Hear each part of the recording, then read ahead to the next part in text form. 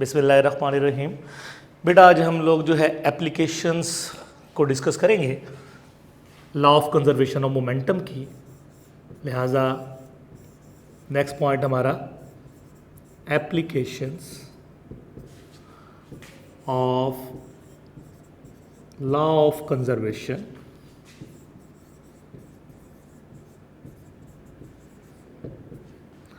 Of linear momentum.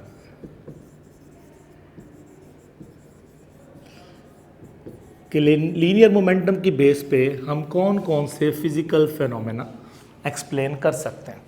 सबसे पहले तो ये बात ज़हन में होनी चाहिए कि ये लीनियर मोमेंटम का लॉ क्या था। इसमें आपने देखा कि अगर एक्सटर्नल फोर्स ज़ीरो हो जाए यानी सिस्टम हो जाए आइसोलेटेड, तो ऐसी तमाम सूरतों में इनिशियल लीनियर मोमेंटम और फाइनल लीनियर मोमेंटम क्या हो जाएगा, इक्वल। तो जब भी इनिशियल और फाइनल मोमेंटम सेम होगा इसका मतलब है सिस्टम पर एक्ट करने वाली तमाम एक्सटर्नल फोर्सेस का इफेक्ट क्या हो चुका है, ज़ीरो। यानी सिस्टम इंटरनल फोर्सेस की वजह से तो परफॉर्म कर रहा है लेकिन उसमें एक्सटर्नल फोर्सेस नहीं है। इसकी एग्जांपल में हम लोग जो पहली एग्जांपल डिस्कस करेंगे एक्सप्लोजन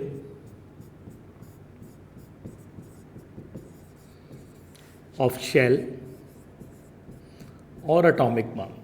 एक एटॉमिक बम जब ब्लास्ट होता है तो वो किस तरीके से इस लॉ को फॉलो करता है। Second one recoil of gun, कि जब भी हम गन से फायर करते हैं तो गन पीछे की तरफ क्यों पलटती है, वो किस फोर्स के तहत वापस आती है। और नंबर 3 रॉकेट जो है किस तरीके से ट्रैवल करता है और ग्रेविटी फील्ड से बाहर निकल जाता है। ये 3 बेसिक कॉन्सेप्ट हमने इसी लॉ की बेस पे जो है एक्सप्लेन करने। ठीक हो गया। तो सबसे पहले हम आते हैं एक्सप्लोजन ऑफ अ शेल या एटॉमिक बम किस तरीके से जो है परफॉर्म करता है।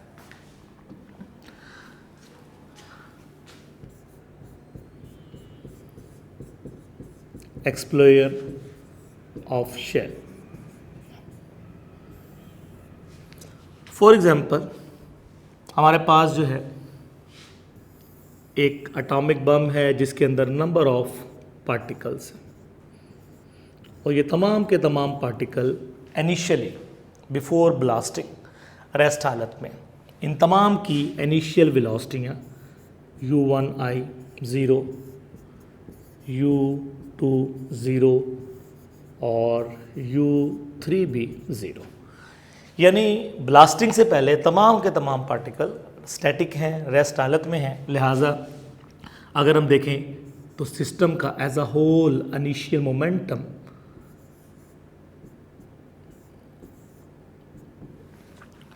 जिसमें एक पार्टिकल का मोमेंटम जो होगा उसे हम मोमेंटा कहेंगे और एज अ होल सिस्टम का होगा तो मोमेंटम कहेंगे।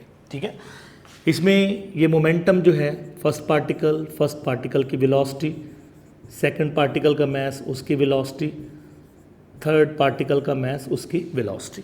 लेकिन आपने देखा कि तमाम के तमाम पार्टिकल क्योंकि रेस्ट हालत में है, जब रेस्ट हालत में है तो हम उनकी वेलोसिटी की जगह 0 को अगर सब्स्टिट्यूट कर देते हैं तो ऐसी सूरत में आपने देखा कि तमाम पार्टिकल का इनिशियल मोमेंटम क्या निकला, 0 निकला। अब फ़र्ज़ किया ये एटम जो है बम जो है ब्लास्ट होता है और फ़र्ज़ किया ब्लास्टिंग पर इसके कुछ कंपोनेंट इस डायरेक्शन में, कुछ इस डायरेक्शन में और कुछ इस डायरेक्शन में निकले। अब जब वो मुख्तलिफ डायरेक्शनों में निकले और उनकी वेलोसिटियाँ पहले रेस्ट में 0 थी, अब फ़र्ज़ कर लें v1 है, v2 है और v3 है। जैसा कि आप जानते हैं कि वेलोसिटी वेक्टर्स हैं और वेक्टर्स को रिजल्टेंट में कन्वर्ट करने के लिए हमें चाहिए हेड एंड टेल रूल का कॉन्सेप्ट। यानी हमें इन 3 वेक्टर्स को जब हेड एंड टेल रूल से ऐड करना है तो ये हमारे पास आ गया फर्स्ट वेक्टर। ठीक है। सेकंड वेक्टर को उठाएंगे, उठाकर फर्स्ट के हेड पर ले आएंगे तो सेकंड वेक्टर की टेल फर्स्ट के हेड के साथ मिल गई हेड एंड टेल रूल के मुताबिक। इसी तरह थर्ड वेक्टर को उठाएंगे, सेकंड के हेड पर ले जाएंगे तो थर्ड वेक्टर की टेल सेकंड के हेड के साथ मिल गई। तो आप देखें इस अंदाज से जब हमने इन तीनों को हेड एंड टेल रूल से ऐड किया तो इस वक्त तमाम जगहों पे हेड एंड टेल है, यानी इन तीनों क्वांटिटी के दरमियान प्लस का साइन है। रिजल्टेंट कोई नहीं है। रिजल्टेंट वो होता है जिसकी टेल टेल के साथ और हेड हेड के साथ, तो उसे हम कहते हैं रिजल्टेंट। अब यहाँ पर देखा जाए तो net velocity as a whole, net velocity जो है हमारे पास जो है, अगर हम उस नेट वेलोसिटी को देखते हैं तो हमारे पास इस वक्त सिस्टम की as a whole net velocity जो है वो क्या बन गई, ज़ीरो। और अगर नेट वेलोसिटी हमारे पास ज़ीरो है तो इस सूरत में अगर हम फाइनल मोमेंटम देखना चाह रहे हैं तो मोमेंटम जैसा कि हमें पता है पी एफ, तमाम पार्टिकल के मोमेंटम का सम, जिसे हम कह सकते हैं एम इंटू नेट वेलोसिटी, और नेट वेलोसिटी हमारे पास क्या हो गई, ज़ीरो, लिहाजा मोमेंटम क्या निकला, ज़ीरो। तो बिफोर सिचुएशन भी ज़ीरो, आफ्टर सिचुएशन भी ज़ीरो। इसका मतलब है कि इनिशियल मोमेंटम फाइनल मोमेंटम के क्या हो गया, इक्वल।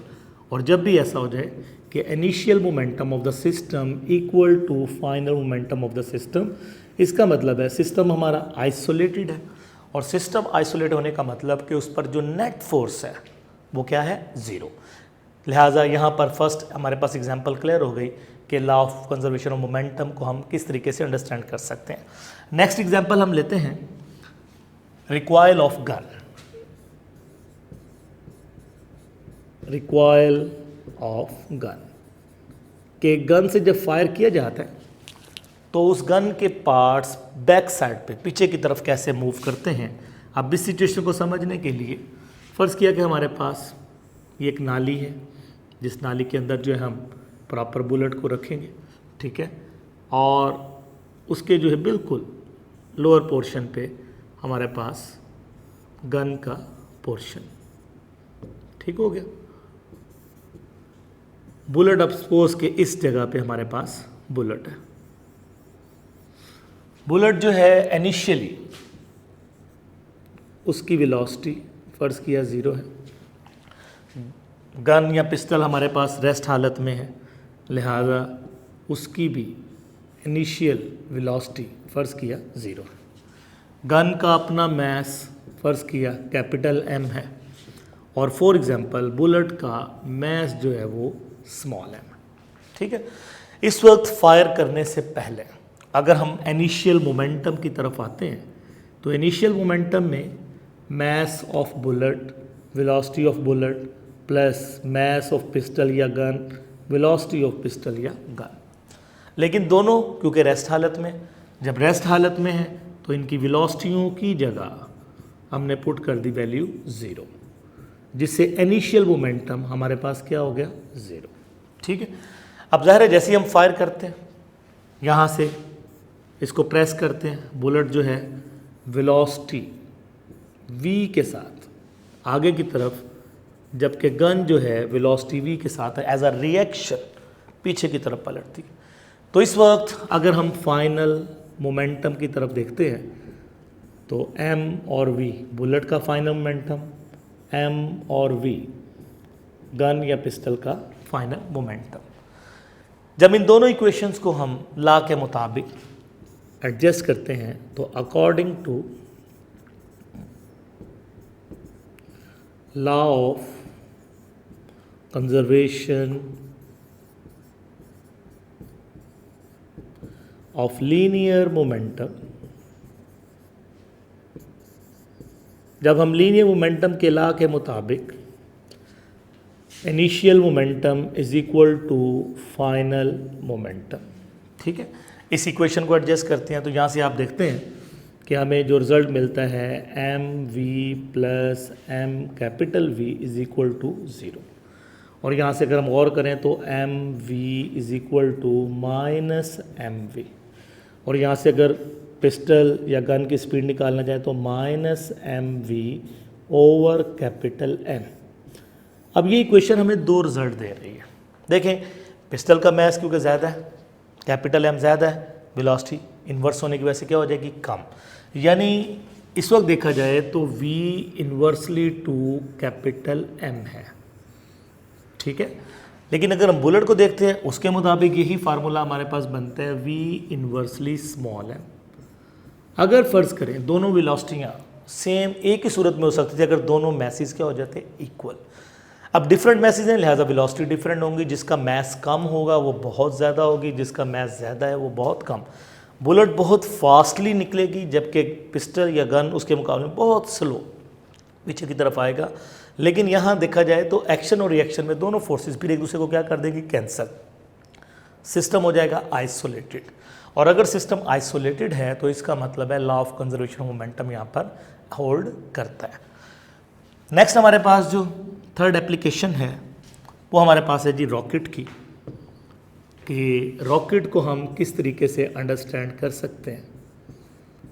तो सबसे पहले तो रॉकेट्स के बारे में कि इसका जो पहला कॉन्सेप्ट हमें देखना है वो इसका देखना है प्रिंसिपल, कि रॉकेट किस रूल को फॉलो करता है, फर्स्ट वन। सेकंड पॉइंट हमें इसका डिस्कस करना है फ्यूल, कि इसमें फ्यूल के तौर पर क्या चीज़ इस्तेमाल हो सकती है। नंबर 3 में हमें देखना है इसका मैस, कि इसके अंदर कितना मैस फिल किया जाता है। नंबर 4 में मल्टी स्टेज,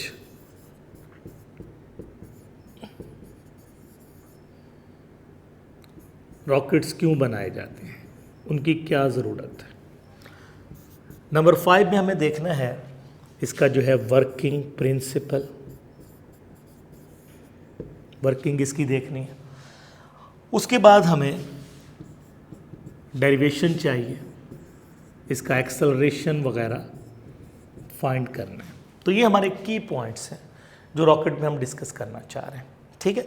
तो सबसे पहले हम इसके प्रिंसिपल की तरफ आते हैं कि रॉकेट का प्रिंसिपल क्या होना चाहिए। तो रॉकेट का अगर हम प्रिंसिपल देखें तो रॉकेट का प्रिंसिपल है जी law of conservation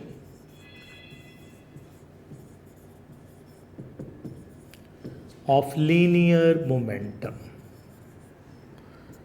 law of conservation of linear momentum, यानी रॉकेट भी इसी लॉ को फॉलो कर रहा है कि तमाम एक्सटर्नल फोर्सेस जो हैं वो हो जाएंगी ज़ीरो और इनिशियल मोमेंटम और फाइनल मोमेंटम इक्वल हो जाएगा।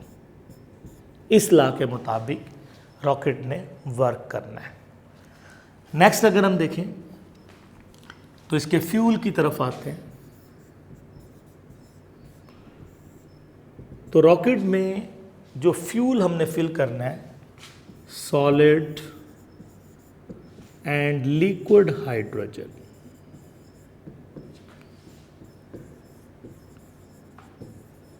सॉलिड एंड लिक्विड हाइड्रोजन हमें यहाँ यूज़ करनी है एज आ फ्यूल के तौर पर, ठीक हो गया। अब देखिए जब सॉलिड और लिक्विड हमने एज अ फ्यूल के तौर पे करना है तो फिर इसका जो कंस्ट्रक्शन है, जो इसके पार्ट्स हैं, वो कुछ इस अंदाज से हमें देखने को मिलेंगे कि मसलन ये हमारे पास आउटर स्ट्रक्चर है, ठीक है, इसके अंदर फ्यूल टैंक रखे होते हैं, फ्यूल टैंक। अब एक में फ़र्ज़ किया हाइड्रोजन है, दूसरे में फॉर एग्ज़ाम्पल ऑक्सीजन है, दोनों गैसेस आती हैं, कंबेस्चन प्रोसेस होता है और फिर हॉट गैसेस की शक्ल में इसमें से फ्यूल बाहर जाना शुरू हो जाते हैं। तो ये इसका बेसिक स्ट्रक्चर है कि किस तरीके से। अब इसमें देखा जाए तो इसका जो मैस है, रॉकेट के बारे में याद रखें 80% इसका बॉडी लॉन्च मैस का होता है, यानी वो मैस जो रॉकेट में फिल करके रॉकेट को हमने फायर करना है, 80% बॉडी सिर्फ और सिर्फ फ्यूल से भरा होता है। अब इतने हैवी मैस को ले जाना और वो भी ग्रेविटी के अगेंस्ट ले जाना इतना आसान नहीं होता, जिसकी वजह से फिर हम मल्टी स्टेज रॉकेट जो है डिज़ाइन करते हैं। Multi stage rockets, multi stage rocket का मतलब ही है टू सॉल्व मैस प्रॉब्लम कि इतने हैवी मैस को ले जाने के लिए जो प्रॉब्लम थी, उस प्रॉब्लम को हमने सॉल्व करने के लिए क्या किया कि एक रॉकेट लिया, उस रॉकेट के पीछे एक और चेन में रॉकेट लगा दिया और इस तरीके से नंबर ऑफ रॉकेट्स की एक चेन शुरू हो गई। अब एक रॉकेट पहले अपना काम मुकम्मल करेगा, जब वो कंज्यूम हो जाएगा वो डिस्कार्ड उतरेगा और नेक्स्ट रॉकेट को एक्टिव करता जाएगा और इस तरह आहिस्ता आहिस्ता ये ग्रेविटी फील्ड से बाहर निकलने में हेल्प करेंगे। तो नंबर ऑफ रॉकेट्स हम चेन की फॉर्म में लगा देते हैं। तो इस तरीके से ये प्रॉब्लम हमारा जो है सॉल्व हो जाता है, हम उसको मल्टी स्टेज में आउट कर देते हैं। नेक्स्ट हमारे पास देखते हैं कि इसकी वर्किंग क्या है। तो वर्किंग में अगर हम गौर करें तो रॉकेट से जो पहला स्टेप है, expel of hot gases with high velocity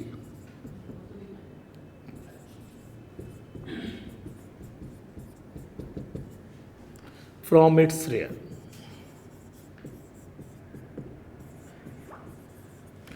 यानी रॉकेट के बैक पोर्शन से हॉट गैसेस की शक्ल में, मसलन ये हमारे पास रॉकेट के अंदर फ्यूल टैंक है,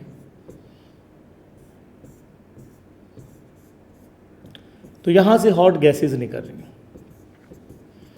तो सबसे पहले क्या होता है, हॉट गैसेस रॉकेट से निकलना शुरू हो जाती हैं। पहला स्टेप हमारा जो है ये है। दूसरे स्टेप में क्या होगा, इन गैसेस के निकलने से रॉकेट के अंदर मैस में चेंज आएगा, मैस के चेंज से रॉकेट का मोमेंटम चेंज होगा और रॉकेट का जब मोमेंटम चेंज होगा तो रॉकेट जो है गेट थ्रस्ट फोर्स अपवर्ड। तो गैसेस लोअर पार्ट से निकल रही हैं, रिएक्शन में जो फोर्स मिल रही है रॉकेट को वो अपवर्ड साइड से मिल रही है और इस अपवर्ड फोर्स को गेन करने के लिए रॉकेट को एटलीस्ट 10,000 kg पर सेकेंड अपना फ्यूल कंज्यूम करना पड़ता है टू अटेन 4,000 मीटर पर सेकेंड स्पीड। यानी अगर रॉकेट एक सेकेंड में 4,000 मीटर डिस्टेंस कवर करे और इस दौरान 10,000 kg फ्यूल खर्च करे, तब वो ग्रेविटी पुल से बाहर निकल सकता है टू ओवरकम ग्रेविटी। तब वो ग्रेविटी से आउट होगा और ग्रेविटी से निकलेगा तो चल पाएगा, अदरवाइज ग्रेविटी उसको वापस खींचेगी और वो फॉल डाउन गिर सकता है। ठीक है, लास्ट अब आते हैं इसका एक्सेलरेशन, कि हम एक्सेलरेशन इसका कैसे फाइंड करते हैं। तो आपने देखा कि हमारे पास लेट कर लेते हैं कि m जो है मैस ऑफ इजेक्टेड गैसेस पर सेकंड, कि एक सेकंड में जो गैसेस रॉकेट से बाहर गई उनका मैस ले लिया स्मॉल m और v जो है उनकी फर्ज किया वेलोसिटी ले ली। अब जाहिर है इस दौरान मैस रॉकेट से बाहर जा रहा है, इनसाइड मैस कम होता जा रहा है, मोमेंटम चेंज हो रहा है, लिहाजा इसका जो मोमेंटम है हमारे पास mv, ये हमारे पास है मोमेंटम ऑफ इजेक्टेड गैसेस पर सेकंड, कि एक सेकंड में हॉट गैसेस की अमाउंट चेंज होने से जो उसने मोमेंटम गेन किया। अब इस मोमेंटम ने थ्रस्ट फोर्स पैदा कर दी और हमें पता है कि थ्रस्ट फोर्स रॉकेट के मैस, रॉकेट का एक्सेलरेशन इसके इक्वल है और ये फोर्स इस हॉट गैसेस के इजेक्ट होने से रॉकेट को मिली अपोजिट डायरेक्शन में। यानी हम कह सकते हैं कि रॉकेट को मिलने वाली जो फोर्स है वो उसके मोमेंटम पर सेकंड हॉट गैसेस के इजेक्ट होने से उसको मिली। यहाँ से अगर हम रॉकेट का एक्सेलरेशन देखना चाहते हैं तो mv ओवर कैपिटल M, ये इक्वेशन रिप्रेजेंट कर रही है कि रॉकेट के अंदर का जो मैस है जब शुरू में बहुत ज़्यादा हाई था तो रॉकेट शुरू में बहुत ही स्लो चल रहा था, जैसे रेंग रहा होता है, और फिर एकदम इतना तेज़ी से हॉट गैसेस वहाँ से इजेक्ट होती हैं कि एक्सेलरेशन सडनली इंक्रीज करता है, और ये एक्सेलरेशन जब ग्रेविटी से एक्सीड करता है तो आसानी के साथ रॉकेट की ग्रेविटी पुल से बाहर निकल जाता है। ठीक है, तो ये तो बेटा हमारे पास एप्लीकेशंस थी जिसमें आपने 3 पॉइंट्स डिस्कस किए, जिसमें पहला पॉइंट अगर हम गौर करें तो हमारे पास एक्सप्लोजन ऑफ शेल था, फर्स्ट एप्लीकेशन। नेक्स्ट हमारे पास जो है रिकॉइल ऑफ गन आ गई, उसको हमने डिस्कस किया। उसके बाद नेक्स्ट एप्लीकेशन हमारे पास जो है रॉकेट के की पॉइंट्स। ठीक है, नेक्स्ट में आपने देखा कि रॉकेट का प्रिंसिपल बेसिकली क्या था। नेक्स्ट पॉइंट हमारा जो था रॉकेट का फ्यूल, कंस्ट्रक्शन, उसका मैस। नेक्स्ट पॉइंट हमारे पास है जी मल्टी स्टेज हम क्यों बनाते हैं, मैस प्रॉब्लम को कैसे हैंडल करते हैं। नेक्स्ट पॉइंट हमारे पास जो था उसकी वर्किंग आ गई कि की पॉइंट्स क्या हैं, हॉट गैसेस का निकलना, थ्रस्ट फोर्स का जनरेट होना, ग्रेविटी पुल से स्केप आउट होना, और फिर लास्ट में हमारे पास था रॉकेट का एक्सेलरेशन। ठीक हो गया, तो नेक्स्ट इंशाल्लाह हम नया टॉपिक शुरू करेंगे, प्रोजेक्टाइल। Thank you.